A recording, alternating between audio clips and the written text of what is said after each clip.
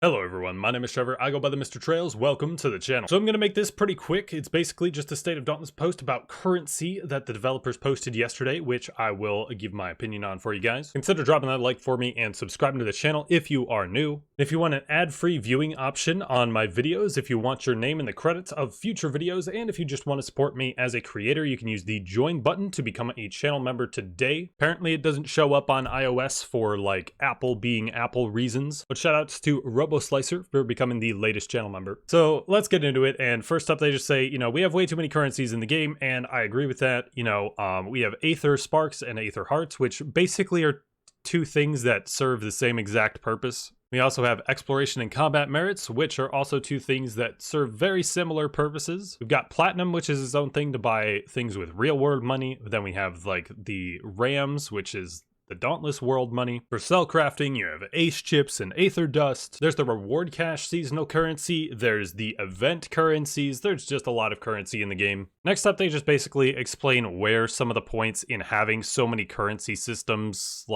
can cause confusion. So starting in 1.8.3, they're looking to reduce the number of in-game currencies that we have to just make a more streamlined and, in their words, an enjoyable experience for everyone. So I'll skip ahead here. So we already knew that Ace Chips were going to leave us because there's not too much of a reason for them being around. This accidentally made its way into the game in 1.8.0 or 1.8.1.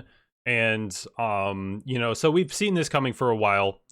Ace Chips don't really have much of a reason to be in the game, aside from being a sort of paywall to getting more cells quickly. But Ace Chips will be converted into Aether Dust at a 1:12 ratio, and then they basically explain that when they took a look at the cell fusion system, simplify the design, improve the overall experience. I would say improving the overall experience in a pretty big way by not having like a paywall prevalent in there. Now there is a bit more that they can do aside from just getting rid of Ace Chips and making Aether Dust the speed up currency and the purchase currency for other cells, but this is a pretty big deal for newer players, especially because you're not really gonna have to grind out a literal ton of cell cores anymore to like maybe get some Ace Chips out of it that you can speed up something for like one day. With this sort of system, every single cell that you get can sort of go towards purchasing speed ups if you want them to, so this is a pretty good change. But here's the bigger one that probably a lot of people didn't see coming, and I didn't even see this coming,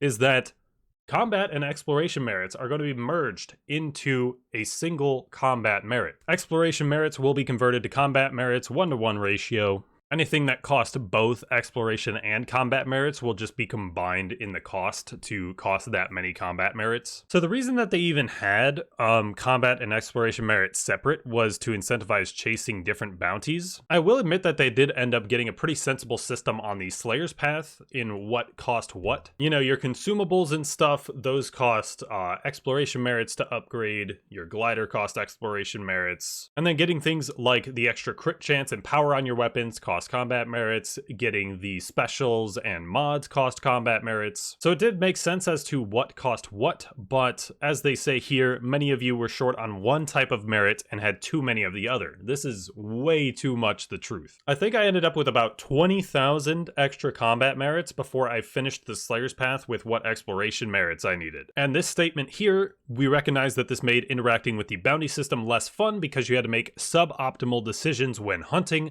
This was very true. Part of the pain point here was that it was almost always 2 combat merit options and 1 exploration merit option. So that 1 exploration merit option you got might be terrible, and you're like, do I really want to try doing this, or do I want to reset this token? When it was like a lot of the combat merit ones were quite a bit easier to do, like the bounties that were slay 3 behemoths with this weapon or this weapon. Like, those were great. Those are great bounties, but they were for combat merit. I think the main bounty that exploration merits had going for it was the lantern damage bounty, because 15,000 lantern damage in the Omnicell system is literally nothing. And then they say, we hope that this change will simplify the process of earning combat merits and make the overall gameplay experience surrounding combat merits more favorable and enjoyable for you. I would agree with this statement. I think that the main complaint surrounding the merit system was that you basically had too much of one, not enough of the other. So now that they're combined, not only will people be able to finish the Slayer's Path faster, faster, but it also does get rid of some of that frustration around the bounty system as well. Then they say, we plan to revisit some of our other in-game currencies in future patches, see how we can further optimize in-game economy. But other than these two currencies, I would think that the main thing left that might want to be changed or looked into at least is the event currency and the seasonal currency system. Having two things that basically serve somewhat of the same purpose is kind of you don't really need it. Basically, Oz could like charge us a bit more for the items but have it be seasonal currency instead of the event currency, and we can just get rid of event currencies altogether, because the seasonal currencies are already being used and getting limited time items for free, and that's basically what the event currencies are for as well. But it does make sense for the event store, I guess, because you want people to be playing that event instead of just grinding out a whole bunch of hunt pass levels beforehand and then having literally everything day one of an event. But yeah, that is going to be it for me. Hopefully this was a quick video. I apologize if I went rambling a little too much. But yeah, like the video, sub if you're new, become a channel member for 99 cents. And I've been Trevor, I go by the Mr. Trails, and I will catch you guys next time.